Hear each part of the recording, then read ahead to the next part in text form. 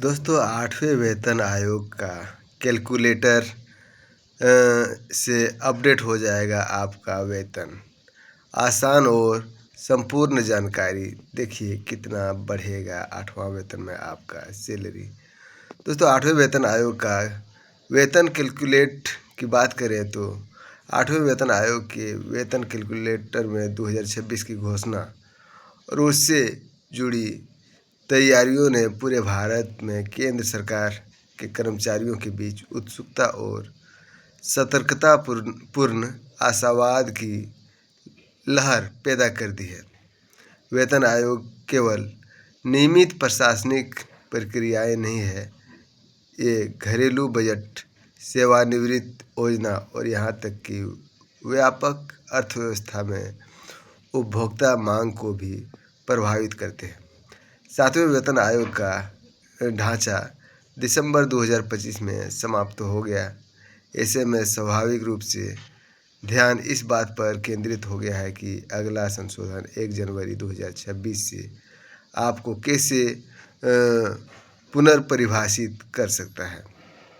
इस बार चर्चा केवल प्रतिशत और वादों तक सीमित नहीं है। वेतन कैलकुलेशन जैसे डिजिटल उपकरण कर्मचारियों के लिए नीतिगत परिवर्तनों को समझने का एक संपूर्ण महत्वपूर्ण हिस्सा बन गया है। यहाँ तक कि औपचारिक सूचना मिलने से पहले ही वर्तमान वेतन विवरण दर्ज करके कर्मचारी अपने वित्तीय भविष्य का एक अस्थायी अनुमान प्राप्त कर रहे हैं। हालांकि अंतिम आंकड़े आधिकारिक सूचनाओं पर निर्भर करेगा। कैलकुलेटर पहले ही कार्यालयों, यूनियनों और पारिवारिक भोजन की मेज़ों पर चर्चा का एक संदर्भ बिंदु बन चुका है। 8वां वेतन आयोग वेतन वृद्धि से कहीं अधिक महत्वपूर्ण क्यों है?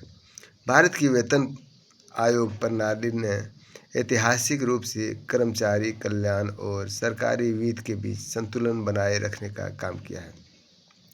शुरुआती योजनाओं का मुख्य ध्यान बुनियादी वेतन समानता पर था, जबकि बाद के आयोग में मुद्रास्फीति और शहरी आवास लागत जैसे मुद्दों पर ध्यान दिया। प्रत्येक संशोधन ने उस समय की आर्थिक परिस्थितियों की प्रतिबिंबित किया। 8वां वेतन आयोग ऐसे समय में आया है जब मुद्रास्फीति का दबाव, आवास किराया और स्वास्थ्य देखभाल लागत में लगातार वृद्धि हुई है। लगभग 1 करोड़ सेवारत और